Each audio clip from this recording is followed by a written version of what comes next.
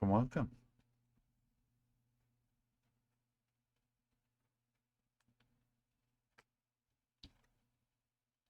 This is Reverend Redbeard.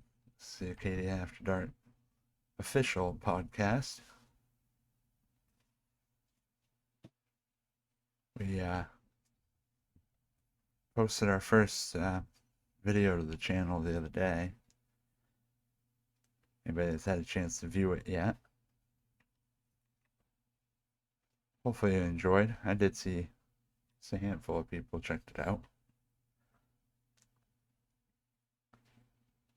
Took a little while to get the audio levels and everything. Bit rate on this is awful because my machine is barely handling it. Just barely. This is not good for it. I'm ready though to try and make something happen with it.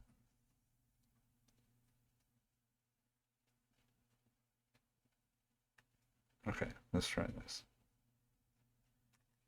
I'm going to try and shut down some extra things that's just running in the background. Don't know if it'll work, but we're going to try. Okay, anyways.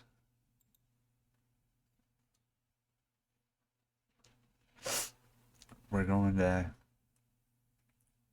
talk about a few things from the episode this week. If it ends up being a little short, that's fine. Shooting for a half hour or so. It's been a heck of a week, so I don't know if I'm even going to have a half an hour of this, honestly. But I do have an exciting episode for next week that I'm working on.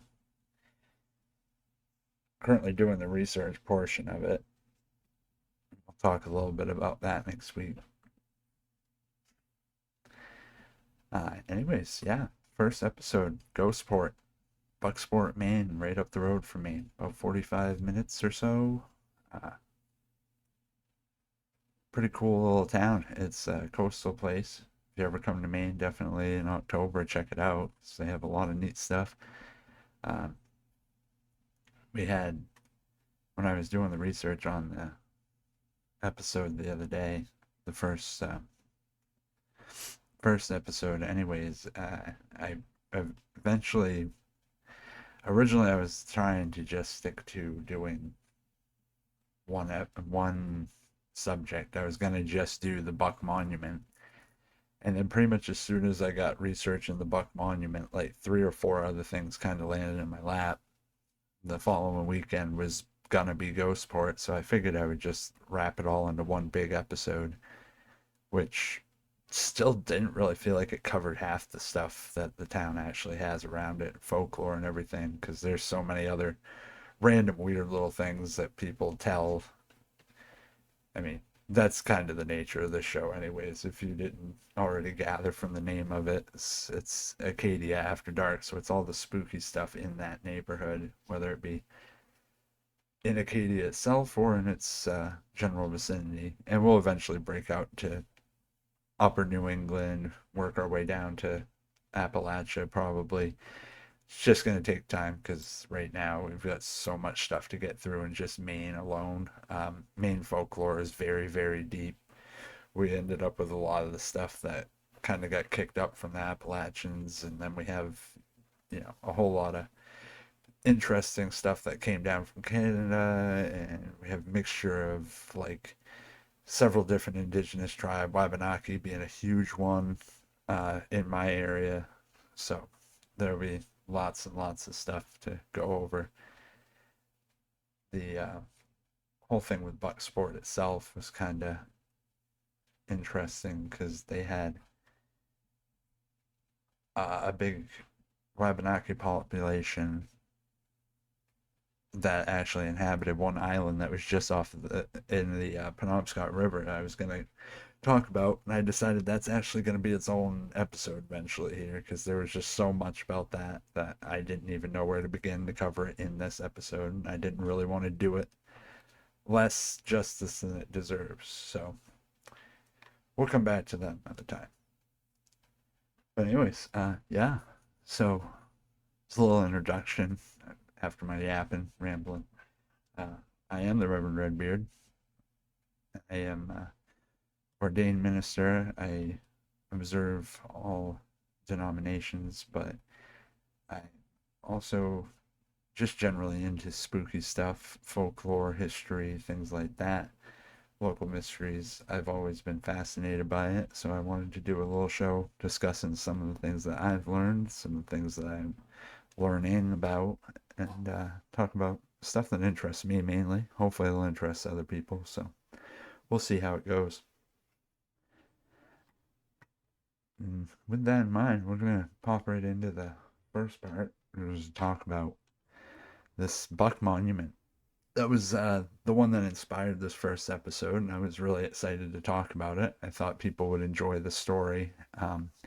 Honestly, a lot of people I talked to from outside of Maine either haven't heard of it, or when they did hear about it, they didn't know where it was. And that's kind of something interesting to me because literally everybody around here, I think, knows the story or has seen the footprint themselves because it's right on Main Street. When you pull into Bucksport, you literally can't miss it. You drive by, you see the little cemetery. It's the biggest stone in the cemetery. It's almost impossible to overlook.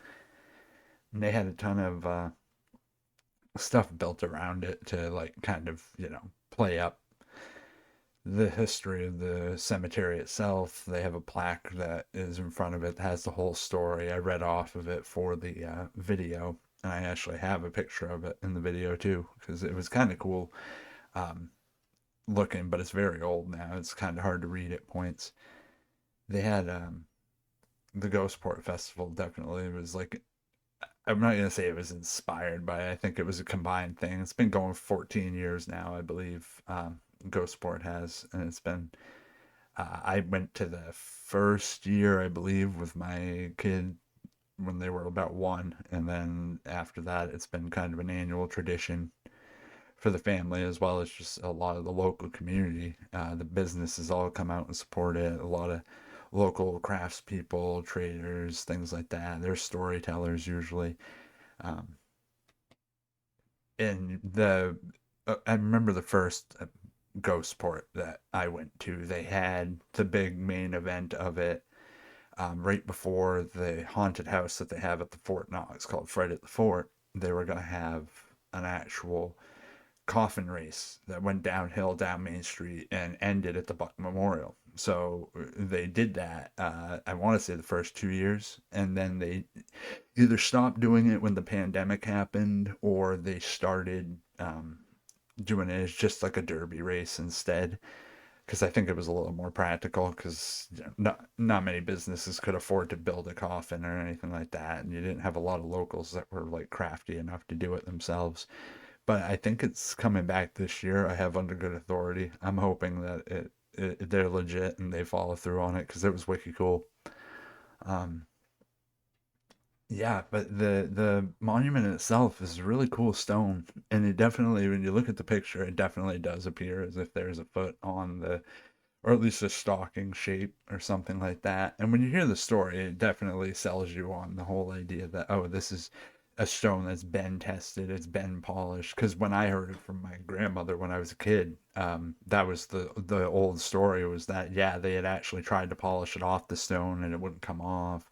They had tried to remove the stone itself and replaced it. There was always like an elaborate, process they went through to try and get rid of it, and then it would just keep coming back. And pretty quickly on research, the first thing you find out is the stone has never been replaced. It's the original one that was put there. I want to say it was 1863 or something like that. I was about 60 years after Jonathan Buck himself passed away. Anyways, the stone never was replaced. It's a pretty large stone anyways, so I'm imagining it wouldn't have been something that the town itself would have wanted to shell out the money for it. And I don't think the family was too concerned because honestly it just is another part of that folklore, and it's another thing that makes it memorable.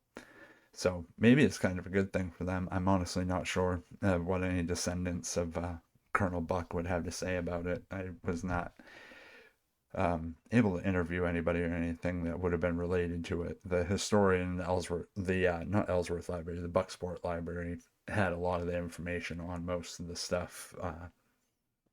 as far as the official records and everything that people talked about with it. So that was pretty easy to access. I didn't see anything else about Buck himself after it. The stories themselves were pretty wild too, because they talked originally about how it was just going to be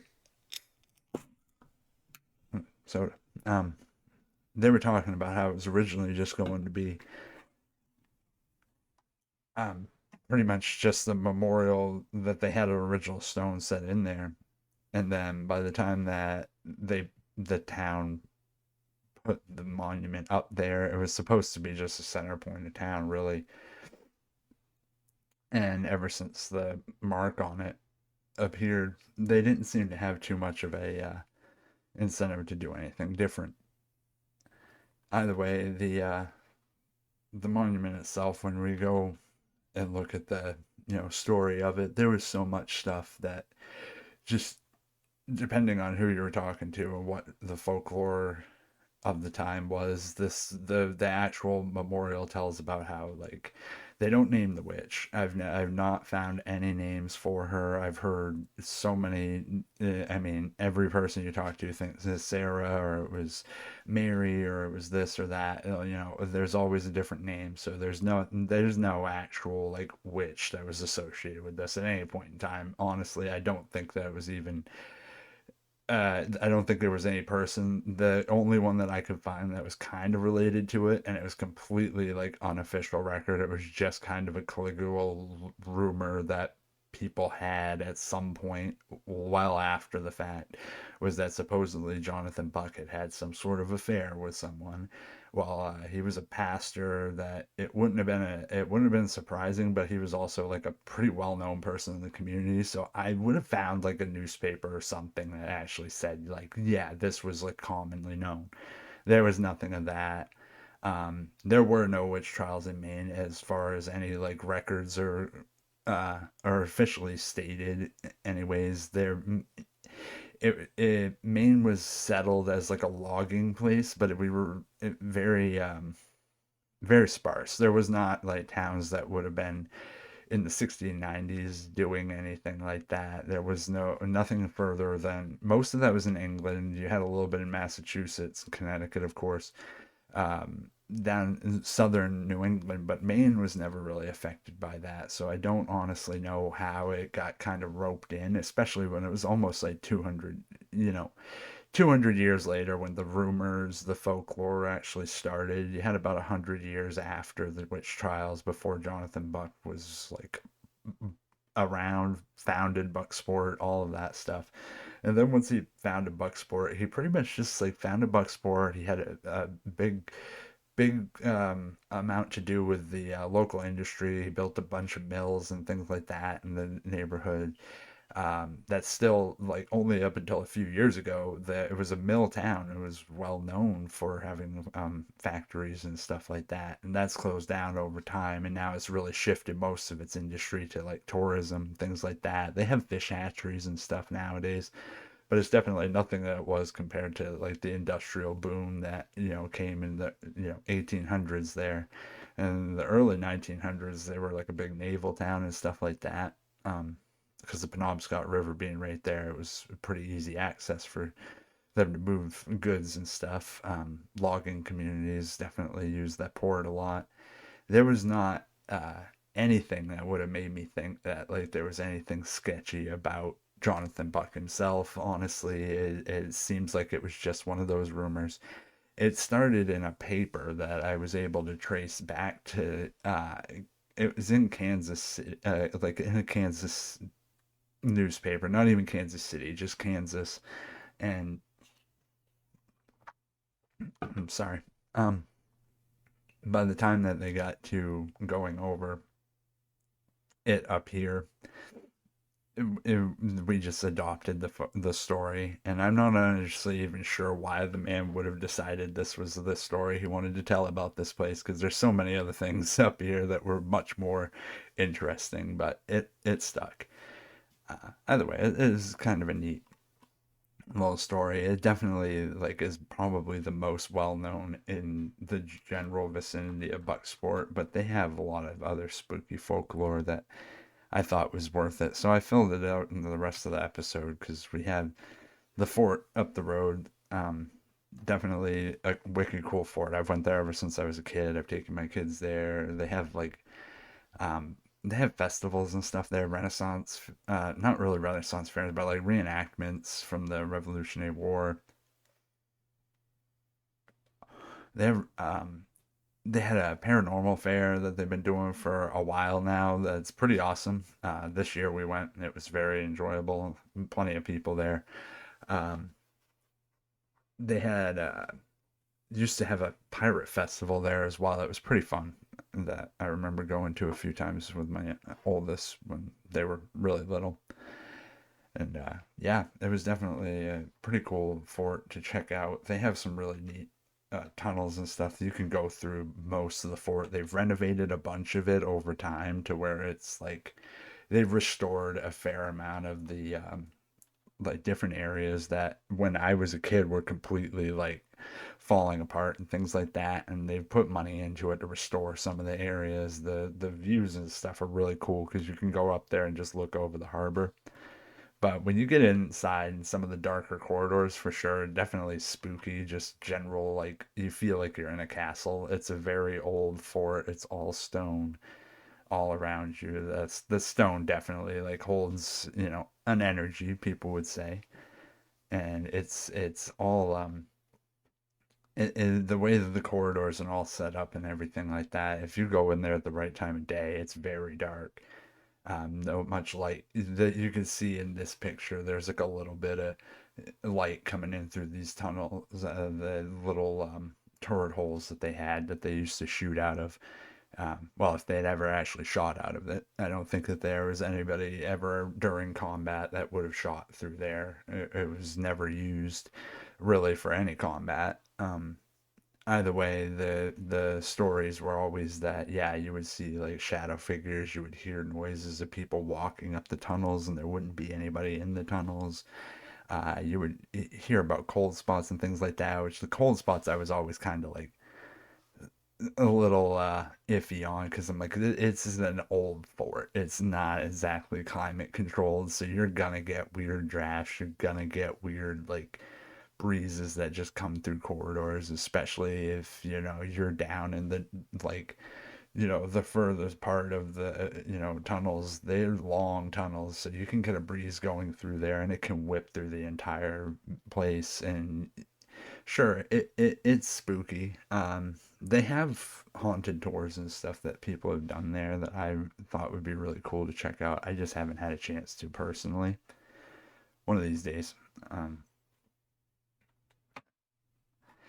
The Silver Lake one was definitely one that I wanted to add in here because it's an old story. We have a lot of around this area. We have a lot of like Lady in White stories. I don't really understand what it was that brought it on, but we have like the Silver Lake ghost of Mary supposedly. We also have another one not too far away. Basically, on the other side of the lake, there's a road that goes through a pretty like long set of woods that's pretty remote. And there's supposedly a hitchhiking lady in white there. It's called Catherine's Hill. That's one that I'm going to do another episode on because I've actually investigated that place personally, and it was pretty spooky. So I got some stories to tell about that one and everything. That'll be a fun episode. I didn't want to shove it into this because it's not in Bucksport. It's like just on the other side of it, basically. So I figured I would just have that be a different area because I think the way I want to do this, if we're working our way around Acadia first, because Acadia has its own like ghosts and things like its own folklore. But then you go outside of Acadia, and then there's like a little stretch of basically like, somewhat like suburban kind of rural lands in between that and where we connect to the Appalachians. And there's just a bunch of like little towns out there that all like are along this coast that all have their own weird folklore and stuff like that. Um, it's definitely something Stephen King, I'm pretty sure, drew a lot of his inspiration from, because it seems like as you're going through like towns in Maine, every town you go to has got its own little legend or its own like story. It's, I every single place that I've been to in Maine, there's always something. So I'm trying to get as much of that in here as I can. And Bucksport has so much of it that like I could fill out easily another probably 10-20 minute episode of just like not even just like telling the full facts of it, just literally naming off random legends in that town. But yeah, we got the Sarah Ware story was one that I came across while researching the last couple of pieces of the Buck Monument stuff because I wanted something really. I didn't want to get too into true crime stuff, like unsolved mysteries sort of thing, because I'm not an investigator and I'm not in a position to deal with stuff like that. But this is a case that obviously is like pretty old. You know, I'm talking 1898. There's not likely to be anybody surviving that was really gonna care too much um, about other people talking about the case. But then when I was going across a couple of articles, there was one in particular that happened to mention it, and it was funny because one the it was like a blog writer, um, some sort of a travel blog website. And when they had mentioned the Bucksport Monument, they were like, well, right up the road, there's a way more interesting mystery at the high school. And I'm sitting here and I'm like, I don't remember anything about the high school being brought up. Well, then when I got into looking further, I come across this story of Sarah Ware. So obviously 1898 divorcees are probably not going to have the best like time in life. They're not going to have a lot of social acceptance at that period. The local community, there's like a lot of stories of other families having issues of like things like that. In fact, that's going to be the next week's episode. Is I have a pretty interesting one that ties into a lot of that sort of drama and things like that in the local community of a nearby town.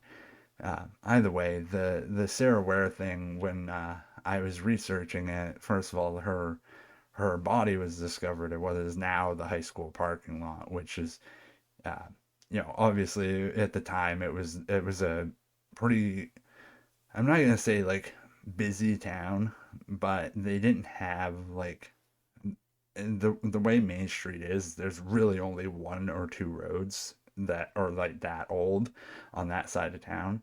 So the area that the high school was, it was not very well populated at the time. It was pretty secluded.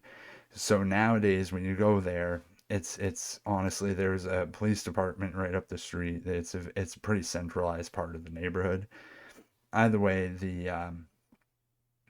the saddest part of it when I was reading into it is like not only did like basically the cops around barely did anything. The the True Orgy there, I don't know if he's connected to a family that still is in the area by the same name. I couldn't find any direct relation. There's like five families like that around here that they all have the same last name but no actual blood relation. And I don't know how that happens in such a small community, but it's weird. Either way, the the whole thing with him was is that like basically where he was like I don't know if he really intimidated people. From what I understood from the librarian, the historian, that he was just known to have a very short temper. So as soon as people saw that he was coming, they just kind of avoided him generally. And Sarah got tied up with him. I believe that they were dating for a while at least, and then they must have split up. But either way, they just had this on and off again tumultuous relationship. And then ultimately, this night that she went missing, the last person that she was seen with was him, his a hammer with his initials found at the crime scene. She's obviously been beaten. She's bloodied.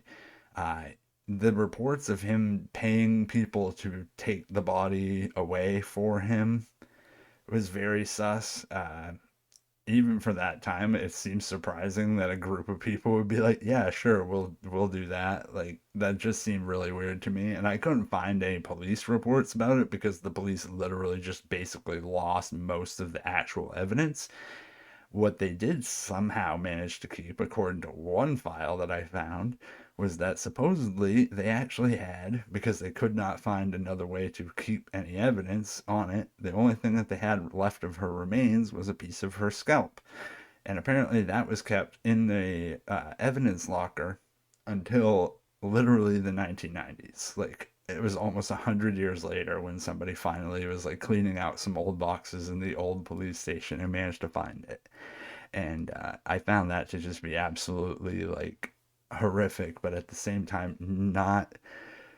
When you look at the way that the cops handled the case overall, I really think that there was probably more that knew what had happened, and then they just didn't want to have it be a whole hubbub for the town, so they kind of swept it under the rug. And unfortunately, I think that she was a victim of happenstance, that it was really just a just an awful tragedy to a person that probably didn't deserve any, like to be forgotten in such a way or treated so poorly. Um, Either way, she hopefully, like, I mean, I don't really know the circumstances of her family or anything. I don't know if she still has any surviving family that would have been around to care for her remains or anything like that. Even if the cops had not completely bungled the case, I honestly don't know if she had anybody else. So it's one of those situations where unfortunately happen way too often at those times. But yeah, so that was pretty much everything that we covered in that episode. I'm gonna keep it short here. Half an hour I feel is pretty good to go over all that stuff. And hopefully next week, the episode that we post on YouTube will be up Monday. This is going to be a one that's covering a town or a nearby town. It's Sullivan is the name of the town, and there's a very interesting ghost story there that reportedly is the oldest ghost story ever in Maine, potentially one of the oldest in the United States, since it was at least actually the United States. We're gonna get into some like older folklore from that with like indigenous tribes in the area and stuff like that at certain points. But as far as like verifiable colonial history that was with Maine's founding when it was known as Maine. This would be the oldest one, and I think people enjoy it. It's a very deep one, so that one's going to be its own standalone episode. I don't think we're going to have any other stuff because Sullivan's a quiet little town. They have some interesting stories, but this one's definitely the most interesting. So I wanted to start off with it pretty soon. Either way, I hope y'all enjoyed. I hope anybody that can stop in and listen next week will join us live. We're going to try and shoot for Thursdays at 7:30, at least for the Acadia After Dark portion. And if we get into any more of it down the road with other like longer form content, we might adjust the schedule to be a little later in the evening. Right now, I think 7:30 is pretty prime because a lot of the other people I know stream from 8:30 to 9:30 at night. So I figured I'd take up a space that doesn't have as much. Um, yeah, so I'm gonna post this up. You should be able to find it on YouTube as well as Spotify probably by the end of the night. I'll have both of those posted up. And well, anyways, thank you all for joining. I will talk to you soon. Stay spooky. Thanks for listening.